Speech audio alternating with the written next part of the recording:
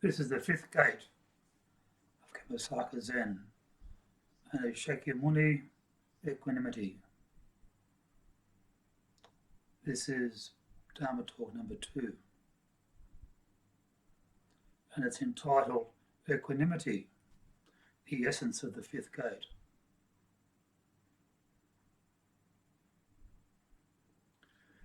Equanimity, often described as a state of mental and emotional stability, it plays a crucial role in the practice of Zen,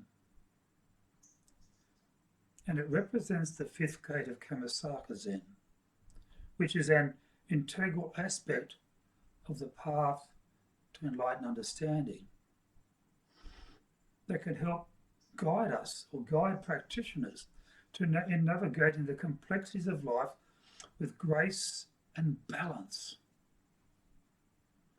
And at its core, equanimity, in Pali known as upakaya, refers to a profound sense of inner peace and balance.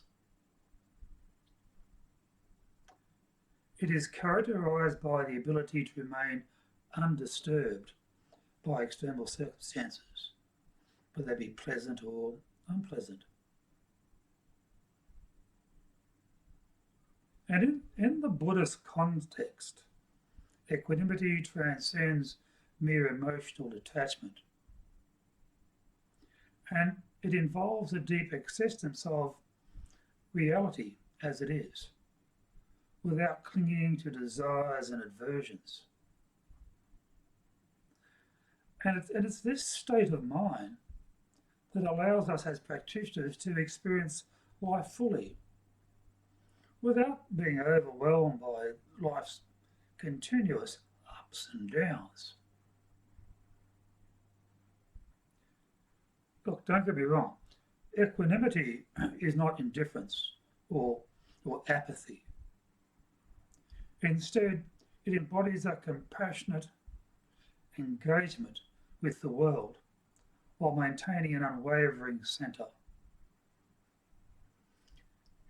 And this balance is crucial for development or developing wisdom and insight, as it allows us as individuals to see things clearly,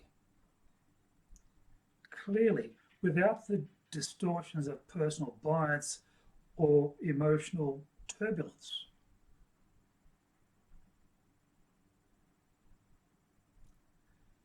In the Kamasaka Zen tradition, equanimity serves as a foundational principle, enabling practitioners to cultivate a more profound understanding of themselves and the world around them. So, equanimity is vital for Zen practitioners, as it supports the journey towards awakening. And in the context of Zen practice, equanimity enables us as practitioners to confront the challenges and difficulties that arise on the path, and to do so with clarity and resilience. So equanimity fosters a deep state of mindfulness, and it allows individuals to remain present within the experiences without being swept away by emotional reactions.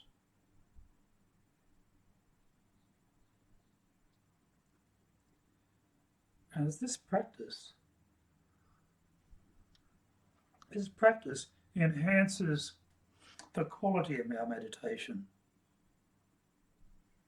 But as practitioners, we can observe our thoughts, we observe our feelings and our sensations, and we learn to do so without attachment or aversion. So, the practice of equanimity teaches us acceptance of the impermanence of all things. And by recognizing that all experiences are simply transient, we learn to let go of the clinging to the outcomes, whether they are positive or negative. And this acceptance is essential for cultivating a sense of inner freedom, as it liberates us from the burdens of expectations and disappointments.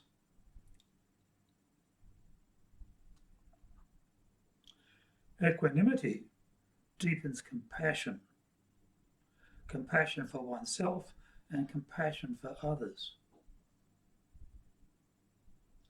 So when we as practitioners cultivate equanimity,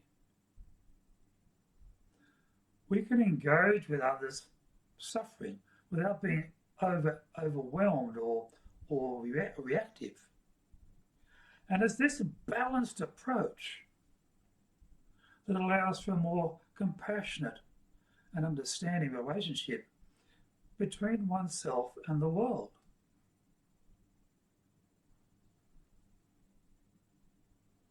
Look, life is replete with challenges, with losses, with changes. And as equanimity equips us as practitioners with the resilience to face the adversity without becoming engulfed in despair and anger. Don't get me wrong, this resilience is not a denial of emotions, but rather it's a recognition that suffering is a part of the human experience. And here's the kicker. It can be met with a calm and open heart.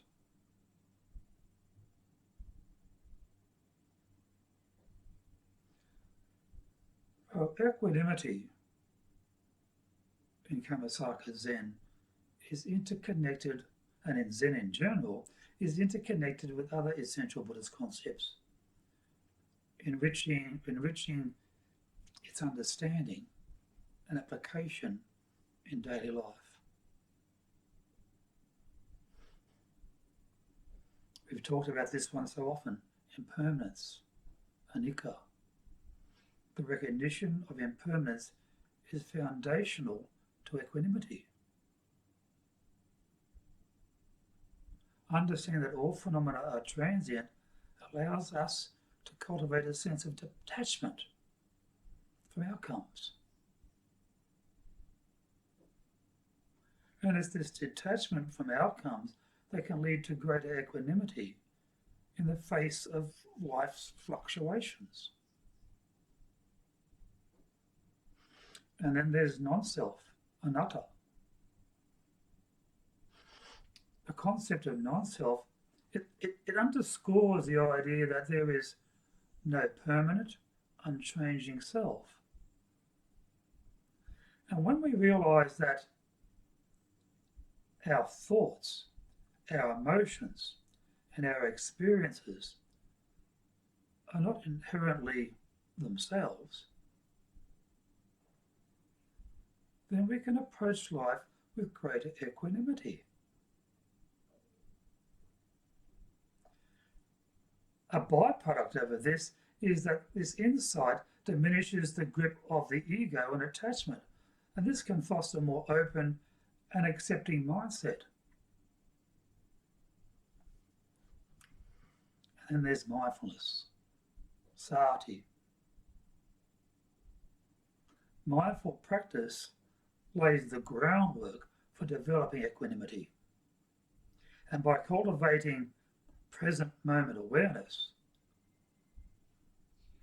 we can observe our thoughts, we can observe our feelings, and we can do so without becoming all entangled in them, which is where emotional pain and suffering comes from, the entanglement. And at this observational stance, it nurtures a sense of calm and stability that is essential for achieving this equanimity. And then there's compassion, karuna. Equanimity and compassion are intimately interconnected. When practitioners cultivate equanimity, they become more attuned to the suffering of others without becoming overwhelmed.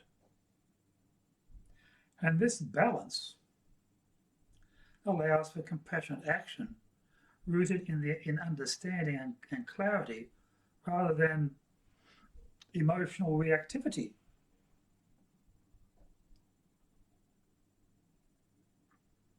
So cultivating equanimity, it can be a gradual process that involves intentional practice and mindfulness.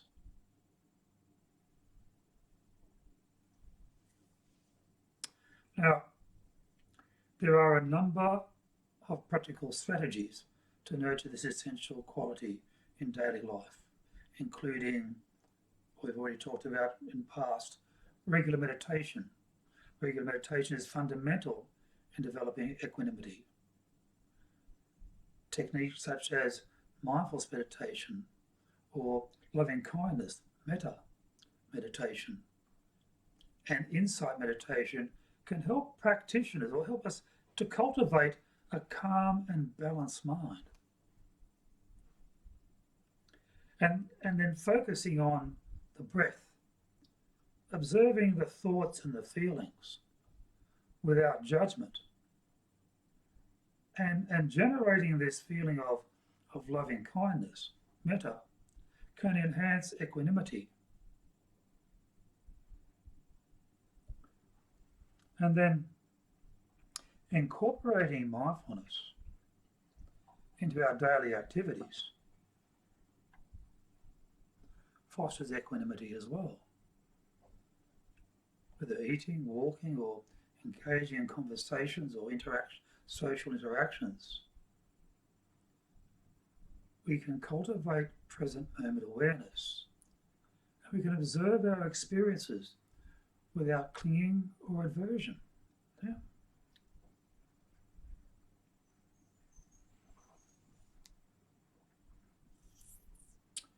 And this practice encourages a deeper connection with reality. And it nurtures equanimity in our everyday life.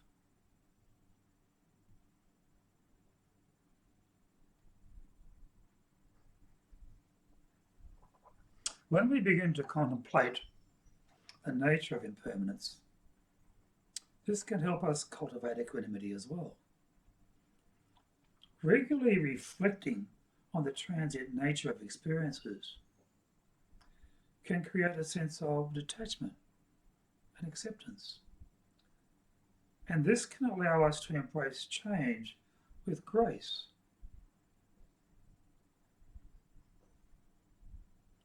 And then engaging in acts of kindness, in acts of compassion towards ourselves and to others, it helps us to reinforce this equanimity. And by recognizing the interconnectedness of all beings, practitioners can develop a more compassionate outlook. And this allows us to approach challenges and conflicts with understanding and balance. Look, maybe even keeping a journal, that some people do, can be an effective tool for self-reflection. Writing about our daily experiences, our emotions and our challenges, it can allow practitioners to gain insight into their actions and patterns. And it's this awareness that can help us identify areas where equanimity can be maybe even cultivated further. Spending time in nature, wonderful. Spending time in nature can foster a sense of tranquility and equilibrium or balance. Observing the natural world with its rhythms and its cycles, It can remind us of the impermanence of life and the beauty of acceptance.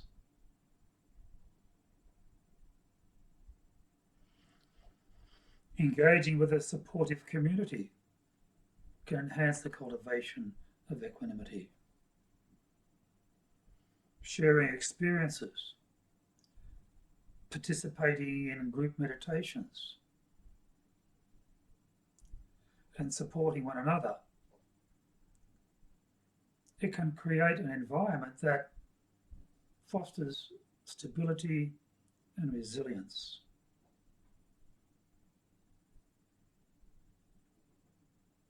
So, equanimity. Conclusion, equanimity. So equanimity as the fifth gate of Kammasaka Zen serves as a cornerstone of our Zen practice and our personal development. And it's by nurturing this quality that we can navigate the complexities of life with grace, resilience, and clarity. And it's equanimity. It invites us to embrace the present moment, to cultivate acceptance and engage with the world compassionately.